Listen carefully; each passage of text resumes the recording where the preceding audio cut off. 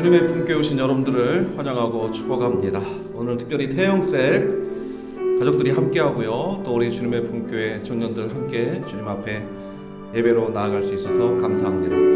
우리 함께 하나님 앞에 찬양으로 나아가도록 하겠습니다. 아버지 사랑 내가 노래해.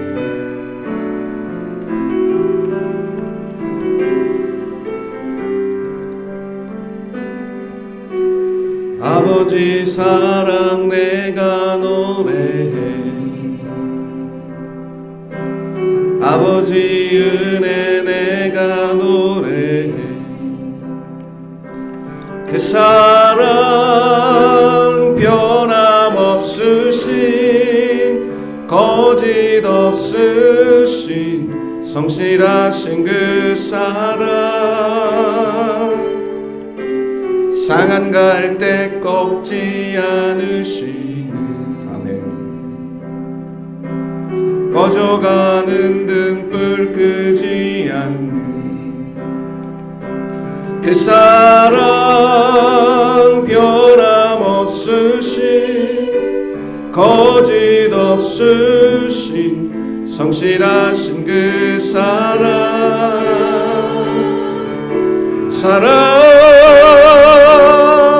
그 사랑, 날 위해 죽으신, 날 위해 다시 사신 예수 그리스도, 다시 오실 그 사랑, 죽음도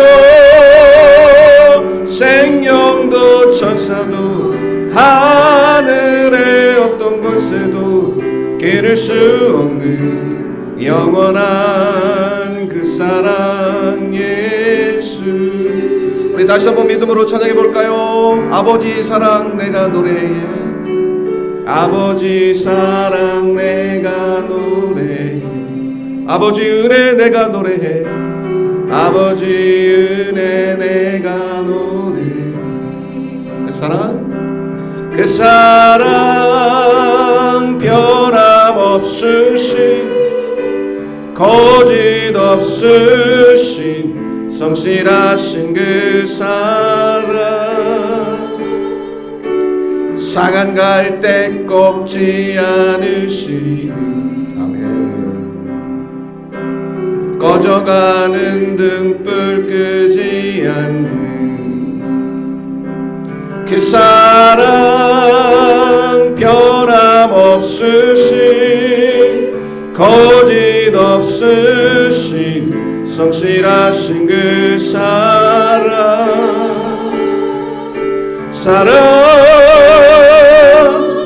그 사랑,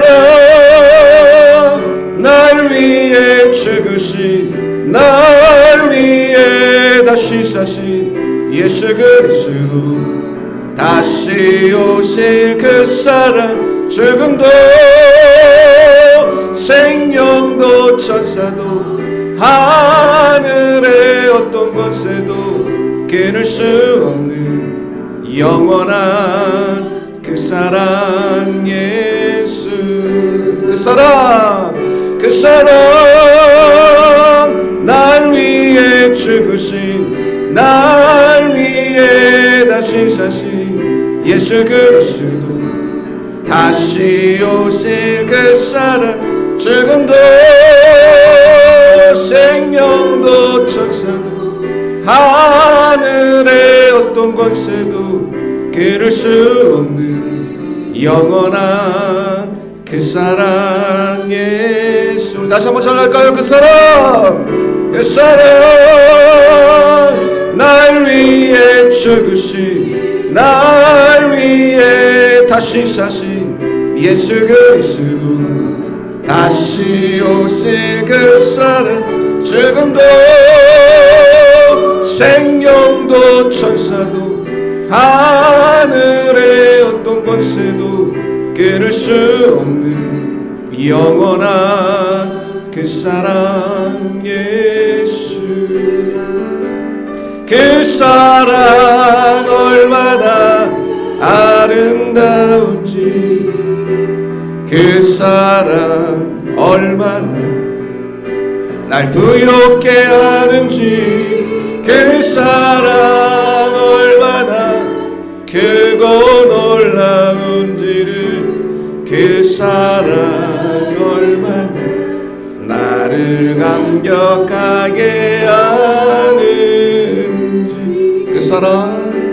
그 사랑 얼마나 아름다운지, 그 사랑 얼마나 날 부욕해 하는지, 그 사랑 얼마나 크고 놀라운지를, 그 사랑 얼마나 나를 감격하게 하는지.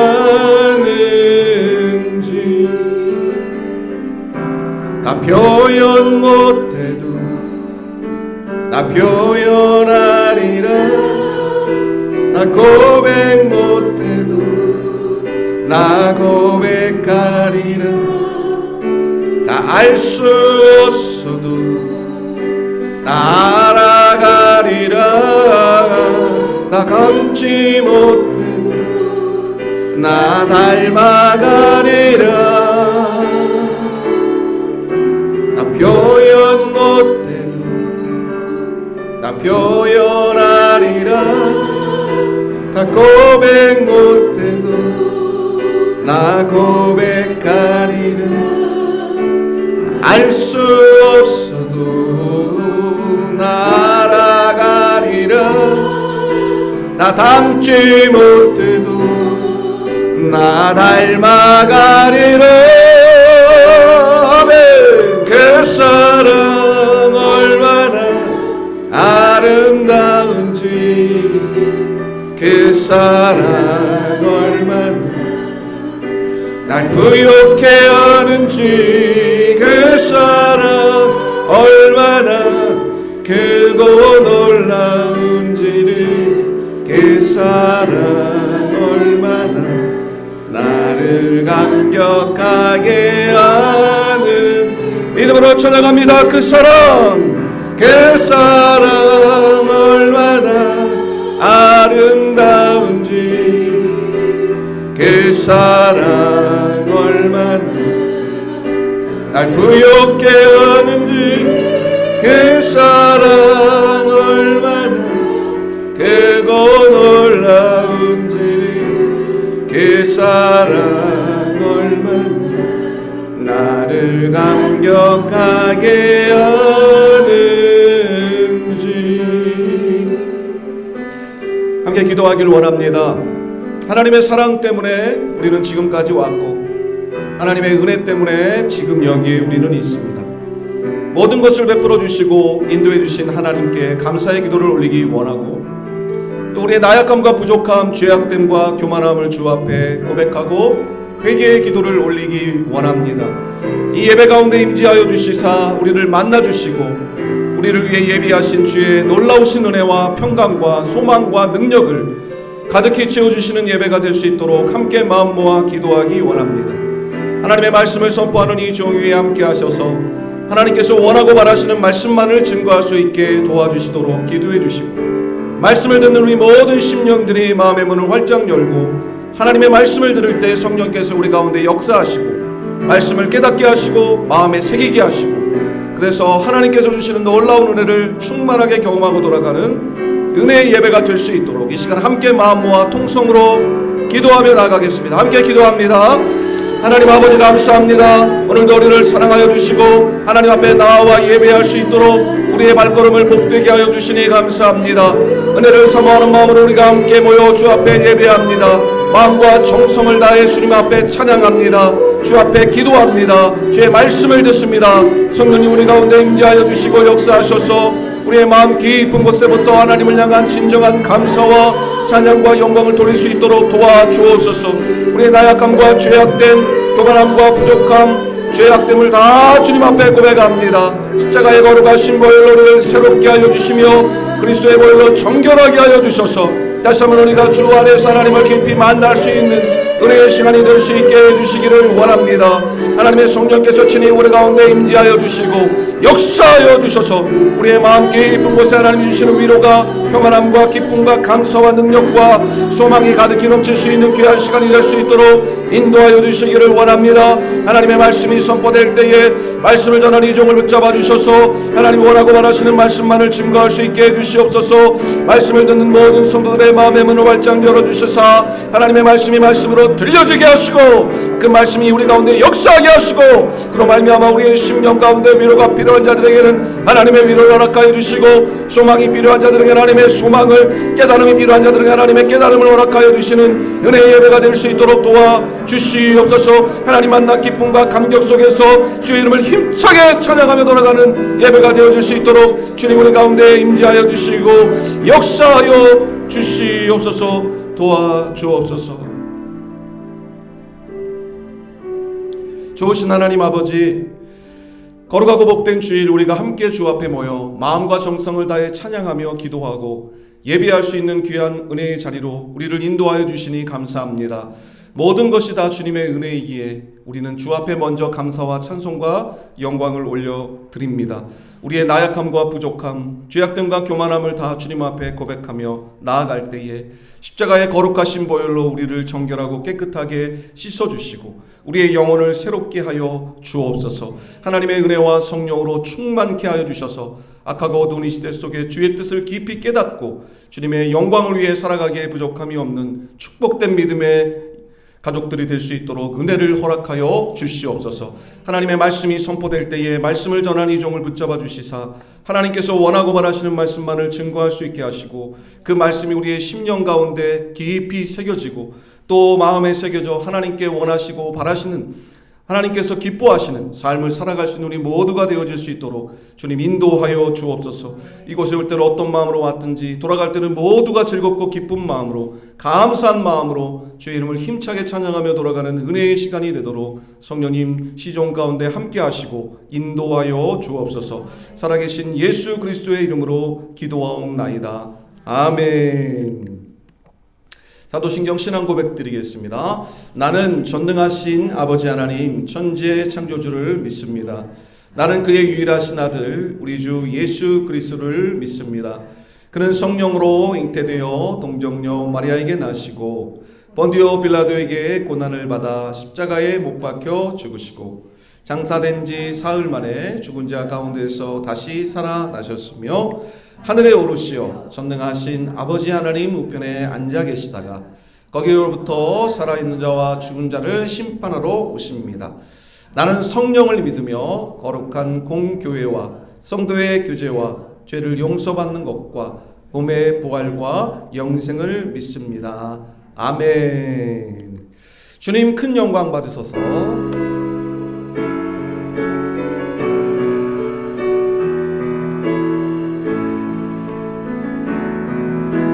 주님 큰 영광 받으소서. 홀로 찬양 받으소서.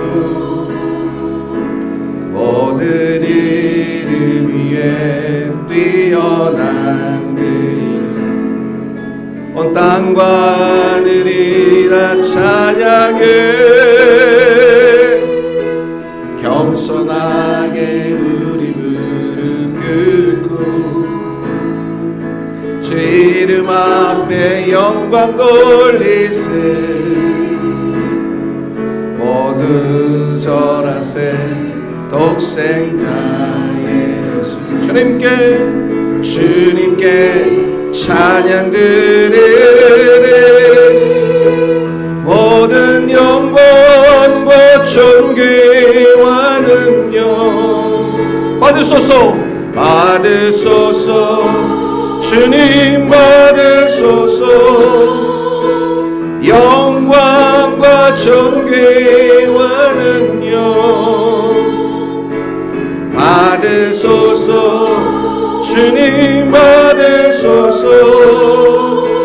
그리스도 살아계신 하나님 모든 영광과 존귀와 능력 받으소서. 주님 받으소서. 영광과 존귀와 능력 아멘. 받으소서. 주님 받으소서. 그리스도 살아계신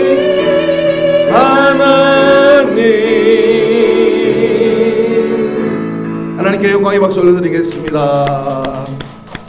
영광과 찬양을 받아 주시옵소서. 하나님 주신 말씀 봉독하겠습니다. 창세기 28장 10절에서 22절 말씀 함께 교독으로 봉독하겠습니다. 창세기 28장 10절에서 22절 말씀 봉독하면서, 자, 오늘 말씀의 주인공은 과연 누구인가? 그는 어떤 상황에 처하여 있는가? 하나님은 그를 어떻게 대우하고 계시는가? 이 세 가지에 초점을 맞추어서 함께 하나님 말씀을 봉독해 보면 좋겠습니다. 창세기 28장 10절에서 22절 함께 교독으로 봉독합니다. 야곱이 브엘세바에서 떠나 하란으로 향하여 가더니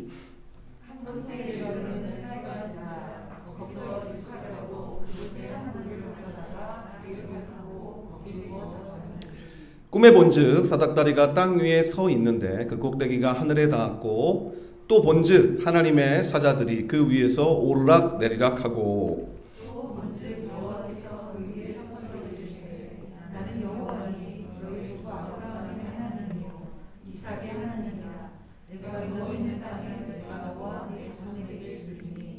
네 자손이 땅에 티끌같이 되어 네가 서쪽과 동쪽과 북쪽과 남쪽으로 퍼져나갈지며 땅의 모든 족속이 너와 네 자손으로 말미암아 복을 받으리라.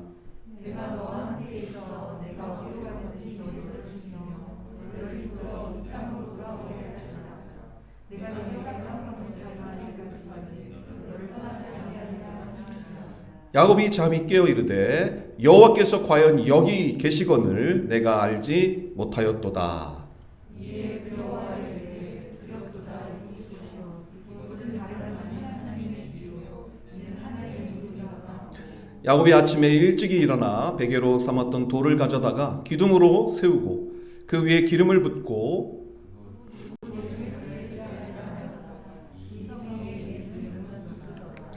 야곱이 서운하여 이르되 하나님이 나와 함께 계셔서 내가 가는 이 길에서 나를 지키시고 먹을 떡과 입을 옷을 주시어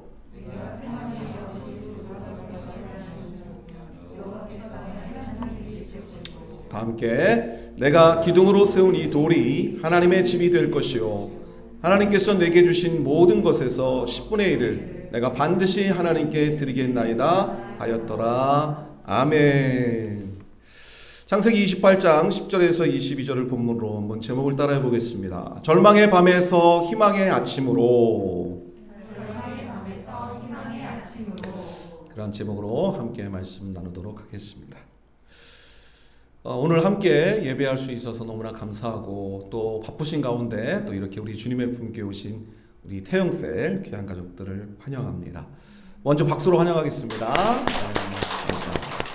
또 변함없이 우리 주님의 품교회 예배를 함께 동참하는 우리 귀한 청년들을 축복합니다. 또 영상으로 사정상 참여하지 못하고 예배하는 우리 청년들 축복합니다. 오늘 본문의 주인공은 야곱입니다. 우리가 잘 아는 것처럼 야곱은 이름 자체가 거짓말쟁이였죠. 야곱이라는 이름의 뜻이 무엇입니까? 속이는 자, 간사한 자, 발 뒤꿈치를 붙잡은 자, 이런 뜻을 가지고 있습니다. 야곱은 태어날 때부터 형의 발꿈치를 붙잡고 태어났다고 해서 야곱이라고 이름을 지었죠. 그런 야곱이었기 때문에 창세기 25장에 보면 야곱은 형 에서로부터 팥죽 한 그릇으로 장자권을 속여서 삽니다. 27장에 가면 눈이 어두워진 아버지 이삭을 속이고 형이 받아야 할 축복을 가로채는 장면을 보게 됩니다. 형의 장자권도 빼앗고 아버지의 축복권도 빼앗고, 그렇게 모든 것을 가로챈 야곱은 형 에서로부터 진노를 사게 되죠. 그리고 결국 어머니의 고향이었던 외가 하란으로 도망을 치는 신세가 되었습니다. 형이 얼마나 분노하였는가? 27장 41절에 보니 어떻게 기록되어 있어요? 그의 아버지가 야곱에게 축복한 그 축복으로 말미암아 에서가 야곱을 미워하여 심중에 이르기를 아버지를 곡할 때가 가까웠은즉 내가 내 아우 야곱을 죽이리라. 그러니까 지금 형 에서는 화가 날 대로 난 겁니다. 보이기만 보이면 죽이겠다고 마음먹고 있는 것입니다. 엄마가 그것을 알고 얼른 이 동생 야곱을 이제 본인의 집 하란으로 도망을 피신을 시킨 것입니다. 야곱이 살 수 있는 방법은 딱 한 가지뿐입니다. 뭐죠?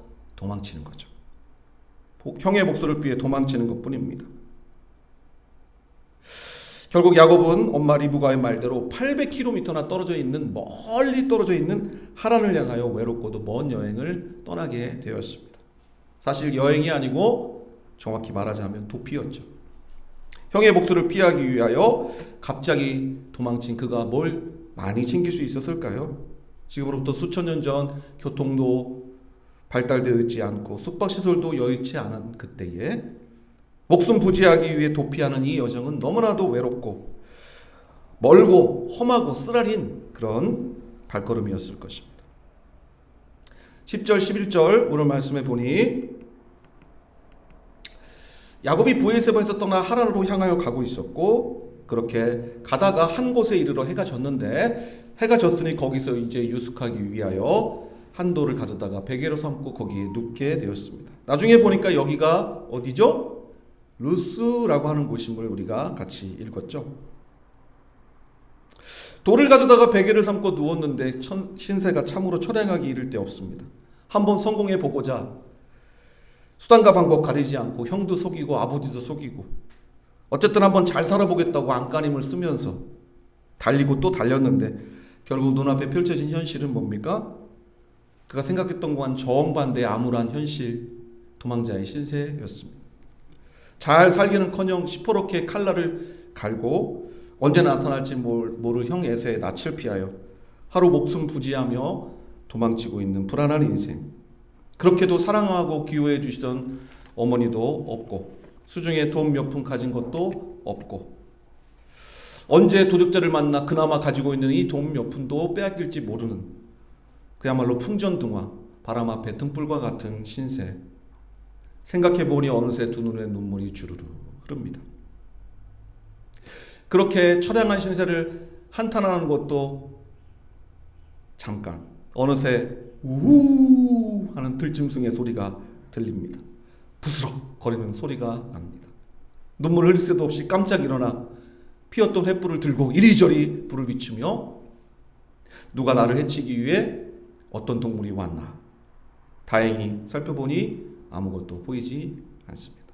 왠지 모를 불안함과 두려움, 외로움과 쓸쓸함, 도대체 잠을 이루지 못하고 뒤척뒤척 몇 시간 뒤척이고 또 뒤척이다가 어느새 새벽녘 겨우 잠이 들었습니다. 그 절망의 밤, 그 쓰라린 밤, 그 고통의 밤, 그 무서운 밤, 그 황량한 광야에 그런데 하나님은 꿈속에서 야곱을 찾아와 주십니다. 12절과 13절 꿈에 본즉 사닥다리가 땅 위에 서 있는데 꼭대기가 하늘에 닿았고 하나님의 사자들이 그 위에서 오르락 내리락 하는 것을 보고 또 보니까 이제 여호와께서 그 사닥다리 위에 서서 말씀하십니다. 야곱이 하나님을 찾지 않았는데 그 쓸쓸하고 외로운 밤에 하나님 나 좀 도와주세요 라고 주 앞에 부르짖지 않았는데 그런데 하나님이 먼저 그를 찾아와 주시고 그를 만나 주십니다. 사랑하는 여러분, 하나님은 이 밤에야 처음으로 야곱을 만나시고 보셨던 것은 아니었습니다. 사실 하나님께서는 야곱이 태어나는 순간, 아니 태어나기 전부터 야곱을 잘 알고 계셨습니다. 보고 계셨습니다. 형의 발뒤꿈치를 붙잡고 태어나는 순간도, 형의 장작가를 팥죽안구로 속여 빼앗을 때도, 눈먼 아버지를 속여 형의 축복권을 가로챌 때도 하나님은 언제나 조용히 그 모든 모습을 지켜보고 계셨습니다. 그리고 이제 가장 힘들고 외롭고 지치고 두렵고 아파하는 눈물이 주르르 흐르는 그 밤, 아무도 없는 그 밤, 아무도 자기를 도와주려고 손을 내밀 수 없는 최악의 절망스러운 이 밤에 하나님은 그를 찾아와 주셨습니다. 수천 년 전 야곱에게 찾아오신 하나님께서는 오늘 이 시간도 우리를 찾아오셨습니다. 야곱의 모든 것을 알고 계셨던 하나님, 모든 여정을 지켜보고 계셨던 하나님, 그 하나님께서 우리의 모든 것을 알고 계시고 우리의 모든 것을 지켜보고 계셨던 하나님은 우리를 잘 알고 계십니다. 삶의 현실 속에서 얼마나 버둥거리고 힘들어 했었는지, 여기까지 오는 과정 속에서 얼마나 낙심하고 좌절할 때가 있었는지, 야곱처럼 아무도 돌볼 사람 없고 들짐승이 울부짖고 찬바람이 몰아치는 쓸쓸한 광야 한가운데 있는 것과 같은 나의 마음을 아시고 오늘 이 자리에 찾아와 주셨습니다. 절망의 밤에 야곱을 찾아오신 하나님을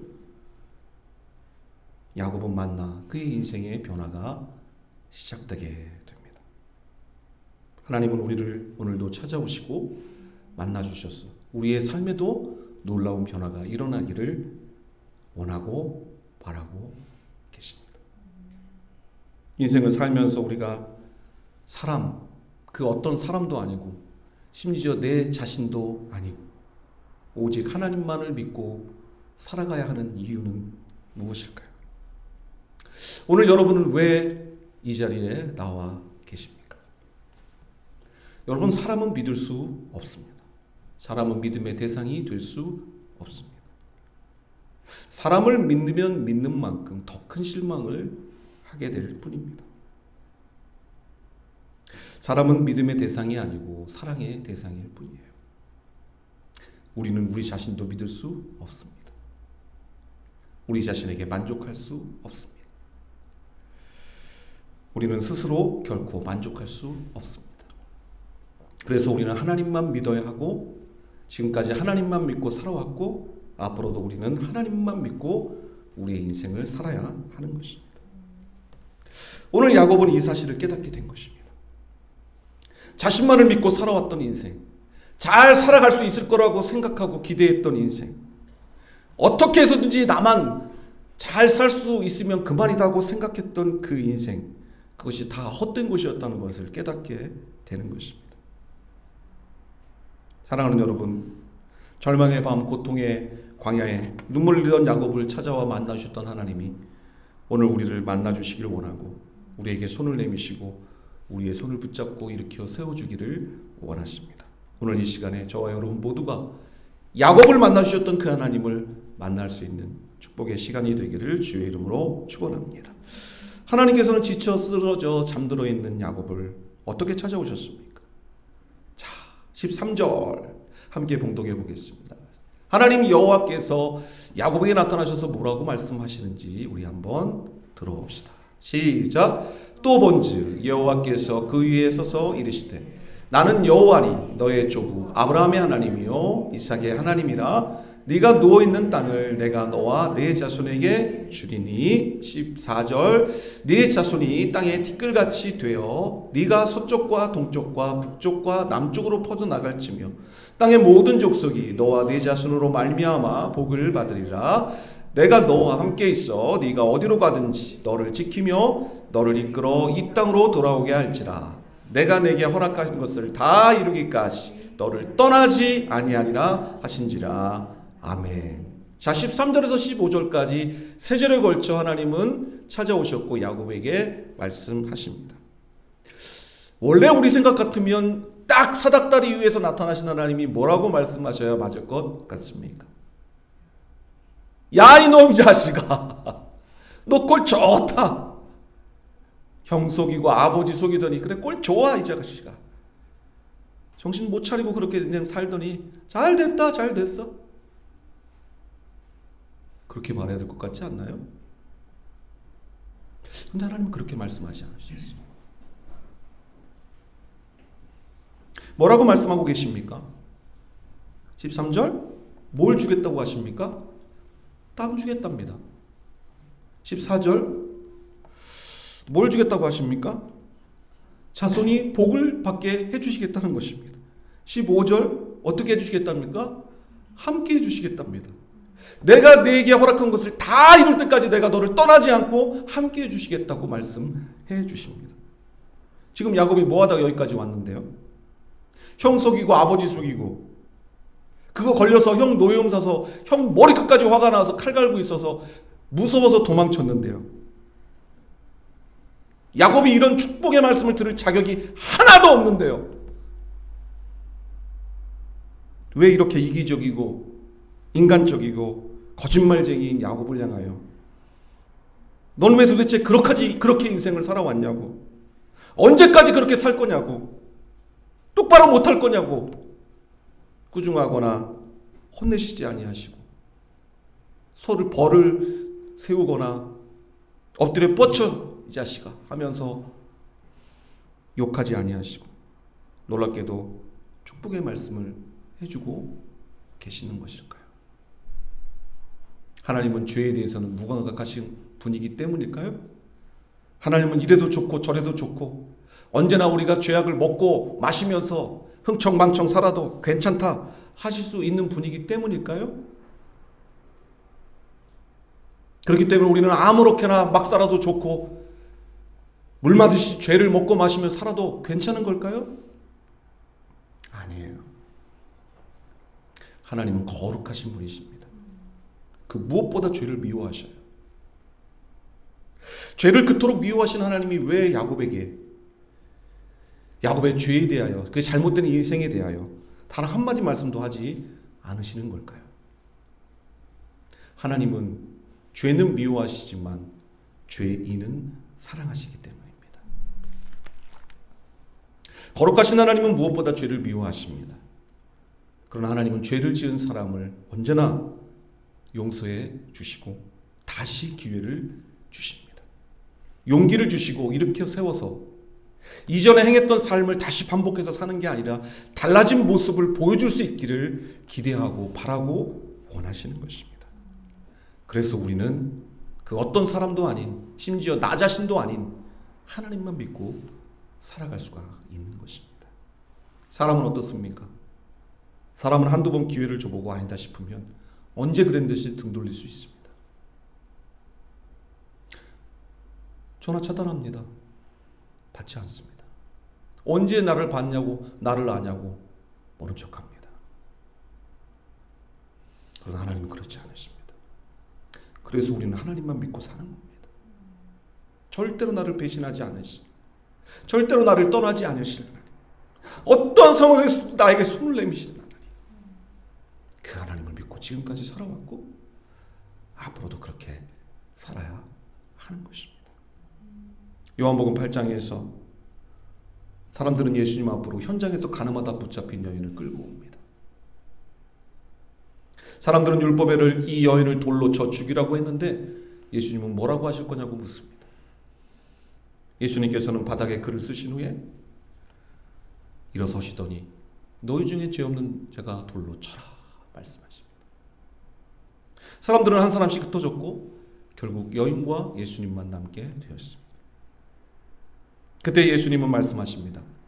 나도 너를 정죄하지 아니하노니 가서 다시는 죄를 범하지 말아라. 나도 너를 정죄하지 아니하노니 가서 다시는 죄를 범하지 말아라.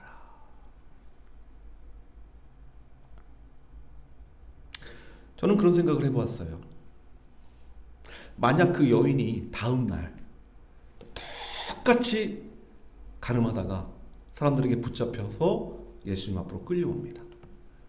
어제 그랬거든요. 가서 다시는 죄를 범하지 말아라. 근데 오늘 또 끌려옵니다. 그럼 예수님이 뭐라고 하셨을까? 뭐라고 하셨을까요? 뭐라고 하셨을까요? 너 어제 왔던 너 그 여인 아니냐? 야, 내가 어제 너 용서해 줬는데 하루 만에 또 그러고 왔냐? 야, 내 면이 뭐가 되냐?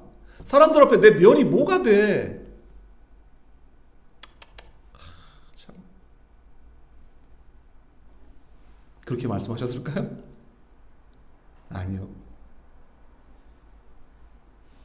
생각하건대 예수님은 또 똑같이 말씀하셨을 겁니다.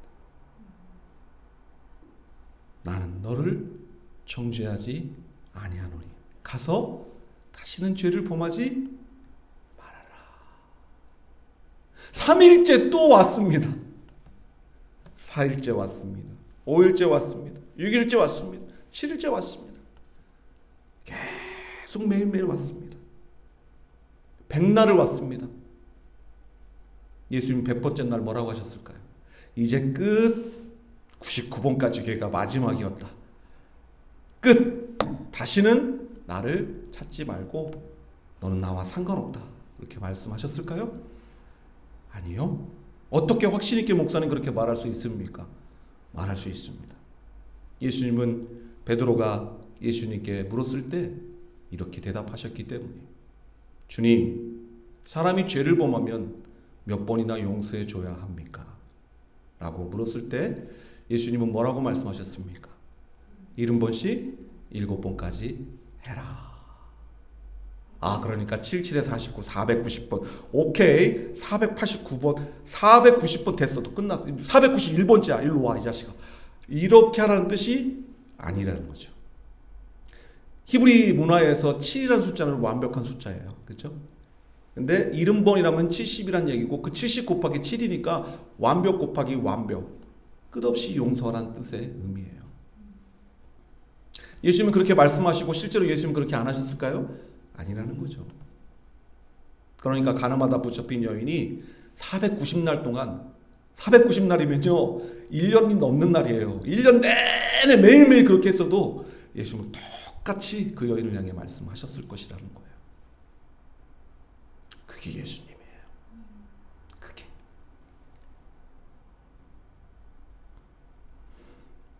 좋으신 하나님 아버지께서는 우리의 과거에 대하여 계속 기억하지 않으세요. 너 그때 그랬잖아. 너 그때 그 죄 지었잖아. 너 그때 그렇게 행동했잖아. 너 나쁜 놈이잖아. 너 그렇게 할 자격 없잖아. 너 같은 놈이 뭘 할 수 있어? 그렇게 우리의 과거에 우리를 묶으시고 꼼짝달싹 할 수 없게 만들어버리시는 분이 아닙니다. 이 말은 사단의 말이에요. 사단은 늘 우리의 과거를 가지고 우리를 묶어요. 너 예전에 어떻게 살았는데, 너 어제 무슨 짓 했는데, 네가 이 자리에 거룩한 성전에 예배 드린다고 왔어, 이 자식아. 넌 그런 자격 없잖아. 너 같은 사람이 무슨 자격으로 그 일을 할 수 있다고 생각해? 그러면서 우리를 정죄하고 우리를 묶고 우리를 몰아세워서 아무것도 할 수 없게 만드는 것이 바로 사단의 전략이에요. 의기소침하게 하고 낙심하게 하고 자포자기하게 하고 결국 어떻게 만드는 게 최종 목표일까요? 자기의 목숨을 끊게 하는 거예요. 나 같은 놈이 살아서 뭐해? 그것이 사단의 최종 목표입니다. 사랑하는 여러분, 하나님을 믿는다는 건 지나간 과거로 인하여 우리 스스로를 늘 정죄하고 우리를 올가매는 삶을 사는 게 아니에요. 하나님을 믿는다는 건 하나님께서 우리의 인생의 미래를 인도해 주심에 대해 믿고 우리를 축복해 주신 하나님이심을 소망하면서 우리의 과거 때문에 우리가 갇혀 더 이상 한 걸음도 앞으로 나아가지 못하는 삶을 사는 게 아니라 미래에 대한 소망을 가지고 하나님께서 우리를 인도해 주실 것에 대한 기대를 가지고 부족하지만 오늘날씨 새로운 모습으로 주님 앞에 나아가기 위해 노력하는 삶을 살아가는 것을 의미하는 것입니다. 오늘 말씀에 야곱뿐만 아니라 성경에 나오는 어떤 인물도 단 한 번의 실수나 오차 없이 완벽하게 살았던 사람이 없어요. 믿음의 조상이라고 불리는 아브라함도 자기 와이프 사라를 2번이나 팔아먹는 죄를 범하죠. 위대한 왕이었던 다윗도 남의 아내를 취하고 그것을 숨기기 위해 그 남편을 전쟁터 맨 앞에 몰아넣어 죽게 하잖아요. 왜 하나님이 그런 부끄러운 과거들을 성경에 다 기록하셨을까요? 그거 빼고도 얼마든지 성경을 아름답게 포장하고 만들 수 있었는데 말입니다. 괜찮다는 거죠. 믿음의 사람, 믿음의 조상들도 믿음의 위대한 인물들도 그랬는데 너희들 실수했다고? 괜찮다. 단 똑같은 죄를 짓지 않도록 노력해봐라. 가늠하다 붙잡힌 여인에게 하셨던 그 말씀 그대로 가서 다시는 죄를 범하지 말아라. 그게 하나님의 마음이고 우리 주님의 마음이다라는 것입니다. 여러분, 우리의 과거는 어땠습니까? 저를 포함하여 우리들 중에 어느 누구도 오늘 본문의 주인공이었던 야곱을 향하여 아이고 이런 나쁜 놈, 세상에 어떻게 이렇게 살았어? 세상에 어떻게 그렇게 형을 속이고 아버지를 속이고 그렇게 자신만을 생각하며 살았어? 그렇게 우리가 욕하고 비난할 수 있을까요? 우리는 어땠습니까? 우리도 어느 순간 나 자신만을 생각하고 누군가를 속이는 일쯤은 아무렇지 않게 했던 모습이 없었을까요? 굳이 누군가에게 심각한 피해를 끼치지 않더라도 마음속 깊은 곳에서부터 누군가가 나보다 잘 되는 것에 대해 의시되고 싶은 마음, 내가 저 사람보다는 조금 더 낫지라고 생각하는 교만한 마음을 갖고 살지는 않았나. 하나님 없이도 나 혼자의 힘으로 잘 살 수 있다고 생각하고 그렇게 인간적인 방법과 계획을 동원하면서 살아온 적은 없는가. 생각해보면 다 우리가 야곱입니다. 오늘 이 시간 우리를 찾아오신 하나님께서는 우리의 과거를 더 이상 묻지 않으십니다. 오히려 우리의 미래를 향하여 축복하시며 다시 야곱의 모습을 반복하지 않게 되기를 기대하고 원하고 계십니다. 오늘 이 시간 사랑하는 여러분, 우리의 과거를 묻지 아니하시고 미래를 축복해 주시는 하나님을 만남으로 우리의 과거와 아픔의 실수와 불의와 부정과 불의한 것을 다 잊어버리고 묻어버리고 새로운 소망과 비전을 가지고 하나님이 주시는 약속의 그 축복의 땅을 향하여 담대히 나아갈 수 있는 저와 여러분들 모두가 될 수 있기를 주의 이름으로 축복합니다. 하나님께서 야곱에게 축복하신 것은 무엇입니까? 13절부터 15절까지 우리가 읽은 말씀 다시 한번 쭉 살펴보면 결국 뭘 주시겠다는 것입니까? 땅 주시겠다는 것. 자손을 땅의 티끌같이 되게 하여 주실 것이다. 하나님이 함께 있어 어디로 가든지 너와 함께하며 너를 지켜줄 것이다. 반드시 너를 다시 돌아오게 할 것이다. 라는 약속입니다. 결국 뭐 하시겠다는 것입니까? 결국 뭘 주시겠다는 것입니까? 결국 하나님 자신을 주시겠다는 것입니다. 지금 야곱이 가지고 있는 것이 뭐가 있습니까? 아무것도 없습니다. 도망쳐 나오기 전 부잣집 아들로 종들도 있었고 사랑해주는 엄마 리브가도 있었고 수중에 부족함이 없는 돈도 많았고 그러나 이제는 아무것도 없습니다. 심부름해줄 종도 없고 사랑해주는 엄마도 없고 넉넉한 돈도 없습니다. 아무것도 없다고 생각되는 그때 그러나 하나님은 나타나셔서 그의 모든 것이 되어주시겠다고 약속해주고 계셔요. 집도 절도 없는 떠돌이 신세 나그네였지만 하나님은 그에게 땅도 주시고 자손도 주시고 복도 주실 것을 약속하시고 계셔요. 야곱은 아무것도 가지고 있지 않았지만 하나님을 만남으로 이제 하나님을 가지게 된 것입니다. 그래서 결국 모든 것을 가진 사람이 되고 만 것이죠. 사랑하는 여러분, 아무것도 없다고 낙심하지 마시기 바랍니다. 남들이 가지고 있는 물질이 나에게 없다고, 남들이 가지고 있는 지식이 나에게 없다고, 남들이 가지고 있는 명예나 남들이 가지고 있는 그 무엇이 나에게 없다고 낙담하고 내 인생은 이게 뭐냐고 실망하지 마시기 바랍니다. 왜? 남들이 가지고 있지 못한 그 분을 우리는 가지고 있기 때문이죠. 우리가 가지고 있는 그분은 어떤 분입니까? 우리가 모시고 사는 그분은 어떤 분입니까? 우리가 믿고 섬기는 하나님은 어떤 분입니까? 이 하나님 안에는 아무것도 부족함이 없는 모든 것에 모든 것이 되시는 전능하신 하나님이십니다. 세상 사람들은 마치 10,000원짜리 10장을 들고 한 장 한 장 뽐을 내며 자랑하는 것과도 같아요. 야, 너 있어? 명예? 야, 너 돈 있어? 야, 너 이거 있어? 이거 있어? 네 자식 공부 잘해? 우리 애는 공부 잘해? 이거 있어 저거 있어 하면서 자랑하고 떠들어댑니다. 그럴 때마다 순간 우리는 기가 죽죠. 생각해보니 그게 없어. 우리는 공부를 못해. 나는 많이 배우지 못했어. 나는 연봉이 적어.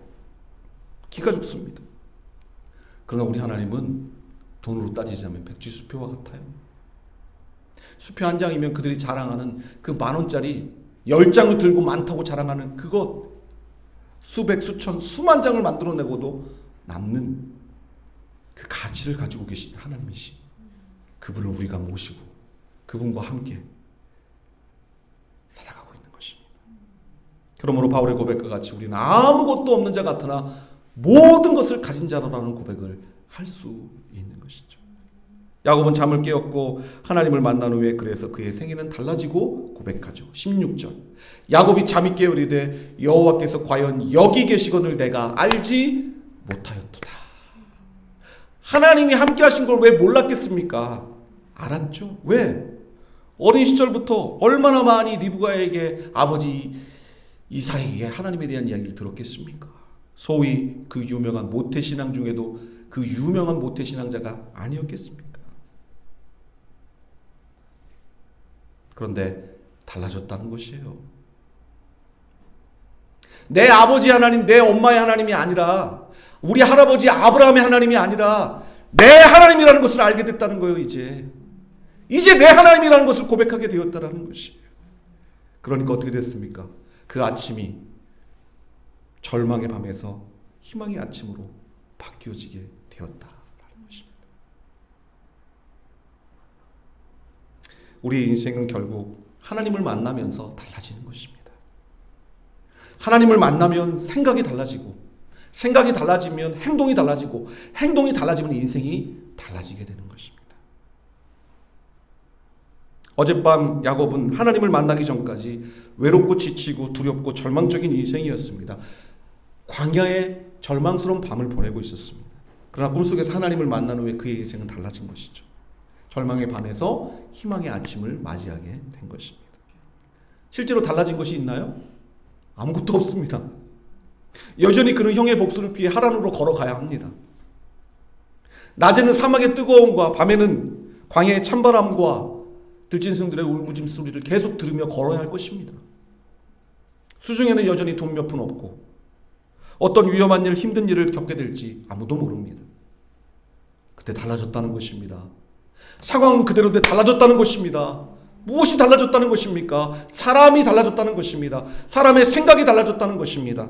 하나님이 함께 하신다는 것, 하나님을 만나게 되어서 이제 나는 모든 것을 가진 자가 되었다라는 것, 부족함이 없는 사람이라고 고백하며 살 수 있게 되었다는 것. 그것이 17절, 18절의 야곱의 고백이라는 것이죠. 17절, 이에 두려워 이르되 두렵도다 이곳이요 이곳은 다름 아닌 하나님의 집이요 하늘의 문이로다 하고 야곱이 아침에 일찍이 일어나 베개로 삼았던 돌을 가져다가 기둥으로 세우고 그 위에 기름을 붓고 이름을 베델이라 하여 하나님 앞에 영광을 돌리는 제사를 드렸다라는 것입니다. 눈물이 얼룩진 절망과 슬픔의 돌베개가 하나님을 향한 성전의 기둥이 되어지는 놀라운 변화가 일어나게 된 것입니다. 그리고 20절 이후 그는 하나님을 만난 자로서 서운합니다. 20절 야곱이 서운하여 이르되 나와 함께 계셔서 내가 가는 이 길에서 나를 지켜주시고 약속하신 대로 먹을 떡과 입을 옷을 주시어 내가 평안히 아버지 집으로 돌아오게 하시면 여호와께서 내 하나님이 되실 것이요 내가 기둥으로 세운 이 돌이 하나님의 집이 될 것이요 하나님께서 내게 주신 모든 것을 10분의 1을 내가 반드시 하나님께 드리겠습니다 라고 하는 믿음의 고백을 드릴 수 있게 되었다라는 것입니다. 남의 것을 빼앗는 것이 취미고 속이는 것이 장기였던 그가 이제는 달라졌다는 것입니다. 이제는 빼앗고 속이고 내 것만을 생각하는 인생에서 하나님께 드리는 인생으로 달라지겠다고 말하고 있는 것이에요. 하나님께서 나를 반드시 도와주실 것을 믿기에 나를 그렇게 도와주셔서 나에게 복을 주신다면 이제는 하나님 앞에 나의 모든 것을 드리는 인생으로 살겠다고 달라지고 있다는 것입니다. 사랑하는 여러분, 오늘 이 시간에 우리가 하나님을 만났다고 갑자기 로또 복권에 당첨되는 게 아닙니다. 하나님 만났으니까 로또나 살까?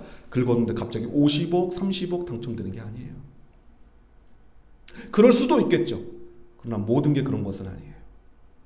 속속이고 힘들게 하던 우리 주변의 사람들이, 남편이 아내가, 시댁의 누군가가, 또 내 자녀들이 갑자기 개과천선하여 집에 갔더니 어머니 다녀오셨어요? 달라지는 게 아니라는 것입니다. 여전히 속속이게 하고 마음 아프게 하고 힘들게 하고 오해하고 갈등하고 직장에서 그렇게 나를 힘들게 하고 괴롭히던 직장 상사가 갑자기 내일 출근했더니 달라져서 김대리 왔어? 오늘 점심 내가 사줄게? 이렇게 되지 않는다는 거예요. 하나님을 만나기 전보다 더 힘들게 할 수도 있어요. 더 어렵게 할 수도 있어요. 사업이 더 어려워질 수도 있어요. 상황이 악화될 수도 있습니다. 그렇지만 사람이 달라지면 상황이 달라지지 않아도 달라진 상황을 경험하는 듯한 느낌과 마음으로 살 수 있습니다. 그게 능력입니다. 지금 이 자리에 10여 명의 성도들이 있습니다. 자, 여러분 모두를 물구나무 서게 하는 게 빠를까요? 저 혼자 물구나무 서는 게 빠를까요? 보니까 물구나무 잘 서실 것 같아요. 그게 빠를 수도 있을 것 같지만 실제로는 불가능하겠죠. 효과는 똑같아요. 저는 가만히 있고 여러분들 10명을 10여 명을 물구나무 서게 하는 것과 여러분은 그대로 계시고 저 혼자 물구나무 서는 것의 효과는 똑같아요. 서로 반대로 보는 것은. 뭐가 쉽냐 그 말이죠. 상황이 아무것도 달라지지 않았지만 나 혼자 물구나무 서버리면 달라진 것 같은 느낌 속에서 나는 살 수 있어요. 내 주변의 사람들이 왜 달라지지 않느냐고 중주목되고 불평하고 짜증내고 원망해봤자 나만 힘들고 어려운 거예요. 내가 달라지면 다 달라진 것처럼 느끼면서 나는 살 수 있는 겁니다. 그게 하나님을 만난 자의 특권이고 능력이고 소망인 것입니다, 여러분. 여기 전체를 시뻘건 페인트로 칠하는 게 쉬울까요? 내가 안경에 시뻘건 걸 묻혀가지고 내 안경을 쓰는 게 편할까? 효과는 똑같아요. 상황은 달라지지 않았어요. 여전히 시뻘건 페인트는 하나도 없어요. 그러나 내가 시뻘건 페인트를 칠한 안경을 쓰면 여기가 다 칠해진 것처럼 느끼며 살 수 있는 거라 그 말입니다. 그게 하나님을 만난 자의 특권이라 그 말입니다. 하나님을 만나는 것은 그래서 중요하다는 것입니다, 여러분. 인생이 달라질 수 있기 때문입니다. 나 혼자만 달라지는 게 아닙니다. 달라지는 사람을 보면서 주변 사람들도 달라지게 되는 것입니다. 나중에 나오겠습니다만 이렇게 야곱이 달라지니까 어떻게 됩니까? 형 예수 달라져서 동생을 맞을 때 안아주면서 그를 축복해주는 사람으로 바뀌게 되지 않습니까? 당장 하늘이 열리고 천지가 개벽하는 기적이 내 눈앞에 펼쳐지지 않는다고 해서 하나님의 역사가 일어나지 않은 것이 아니라는 것입니다. 물론 어떤 경우 하나님께서 우리를 사랑하셔서 특별한 기적과 은혜를 베풀어 주시기도 하시죠. 우리는 그것을 소망하며 기도할 필요가 있습니다. 그러나 늘상 모든 일에 매사에 하나님이 그렇게 우리 가운데 기적적으로 역사해 주신 것만은 아니라는 거예요. 시간이 필요하다는 것입니다. 그러나 내가 변화되면 그 긴 시간 동안에 야곱이 이 축복을 누리는데 몇십 년의 시간이 앞으로도 걸렸다는 걸 여러분 성경을 통해 잘 알고 계시잖아요. 그 긴 시간 동안에 야곱이 변화됨으로 야곱은 당장 행복하고 평안한 삶으로 달라져 그 하루라는 것을 살아갈 수 있게 되었다는 것입니다.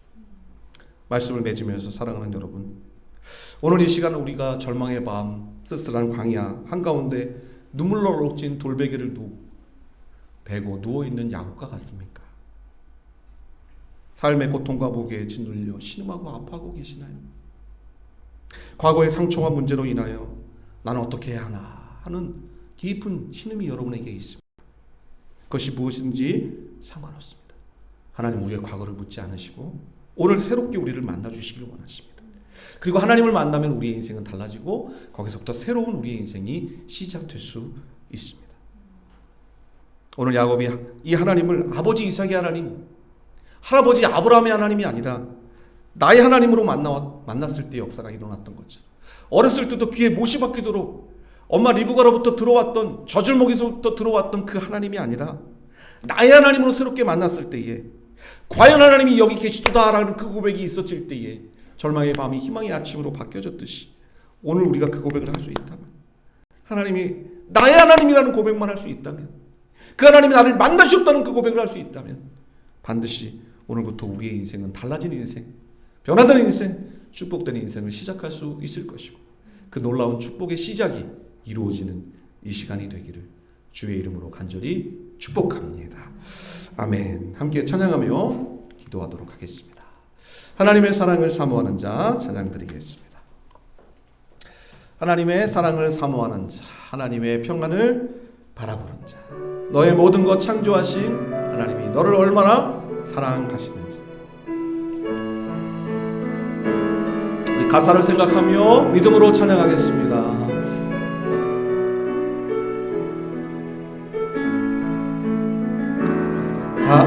하나님의 사랑을 사모하는 하나님의 평안을 바라보는 자, 너의 모든 것 창조하신 우리 주님이 너를 얼마나 사랑하시는지 하나님께 찬양과 경배, 하나님의 너의 모든 것 창조하신 우리 주님이 너를 자녀 삼으셨네. 하나님 사랑의 눈으로 너를 어느 때나 바라보시고 하나님 인자한계로서 언제나 너에게 기울이시는 어두움에 밝은 빛을 비춰주시고 너의 작은 신음에도 응답하시니 너는 어느 곳에 있든지 주를 향하고 주만 바라볼지. 하나님 사랑의 눈으로 너를 어느 때나 바라보시고 하나님 인자한계로서 나에게 기울이시니 어두움에 밝은 빛을 비춰주시고 나의 작은 신음에도 응답하시니 나는 어느 곳에 있든지 주를 향하고 주만 바라볼지라. 하나님 인자는 눈으로 너를 어느 때나 바라보시. 하나님 인자한계로서 언제나 나에게 기울이시니 어두움에 밝은 빛을 비춰주시 나의 작은 신음에도 응답하시니 나는 어느 곳에 있든지 주를 향하고 주만 바라볼지라.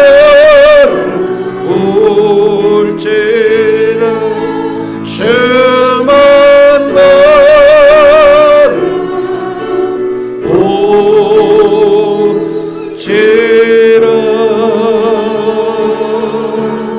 함께 기도하겠습니다. 하나님만 바라보고 기도하는 시간 되기를 원합니다. 남의 눈치 볼 것 없고 다른 사람 생각할 것 없습니다. 쓸쓸하고 외로운 밤, 절망스럽고 고통스러운 시간에 하나님은 우리를 찾아와 주시고 우리에게 손을 내밀어 주시는 분이십니다. 이 시간 주님 앞에 여러분들의 있는 모습 그대로 아뢰시기 바랍니다. 도움이 필요한 것이 무엇인지, 하나님께서 나를 어떻게 도와주셨으면 좋겠는지, 제발 나를 홀로 내버려 두지 마시고 나에게 은혜를 베풀어 주시기를 위하여, 하나님께서 오늘 여러분들을 만나 주시기 위하여 이곳에 오셨으니 여러분들은 그 하나님을 붙잡고 기도하시기를 바랍니다. 하나님께서 나에게 은혜를 베풀어 주시기를, 하나님께서 나에게 희망을 주시기를, 소망을 주시기를, 나의 모든 것들을 변화시키고 새롭게 해주시기를 간절히 바라보며 기도하길 원합니다. 주 이름을 한번 부르시고 다 함께 통성으로 기도하며 나아갑니다. 주여